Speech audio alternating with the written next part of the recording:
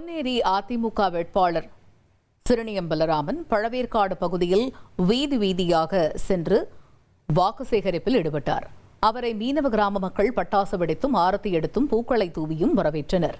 அப்போது 8,000 ரூபாயில் இருந்து 12,000 ரூபாயாக உயர்த்தப்படும் மீன்பிடி தடைக்கால நிவாரண நிதி உள்ளிட்ட அதிமுகவின் தேர்தல் வாக்குறுதிகளை மீனவ மக்களிடம் எடுத்துரைத்தார். பக்கிங்ஹாம் கால்வாயை தூர்வாருதல், தூண்டல் வளைவுகள் அமைத்தல், சிறிய மீன்பிடி துறைமுகம் போன்றவற்றை செய்து தருவதாக கூறி வாக்கு சேகரித்தார். நீண்ட நாள் கோரிக்கையாக நம்முடைய பக்கிங்ஹாம் கால்வாயை 800 வரை அதை சீர் செய்து தூர்வார வேண்டும் முதல் கோரிக்கை.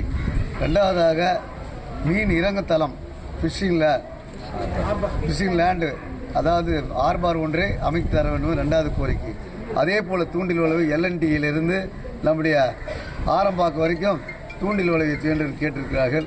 அதையும் செய்து தருவதற்கு நம்முடைய அரசு அண்ணன் முதலமைச்சரானவுடன் கண்டிப்பாக செய்து தருவ உத்தரவாதத்தை கொடுக்கின்றோம். இனி செல்லும் இடமெல்லாம் செய்தி. தந்தை டிவியின் வாட்ஸ்அப் சேனலை ஃபாலோ பண்ணினா செல்லருக்கும் இடமெல்லாம் செய்தி. இதோ QR கோட் இப்பவே ஸ்கேன் பண்ணுங்க, ஃபாலோ பண்ணுங்க.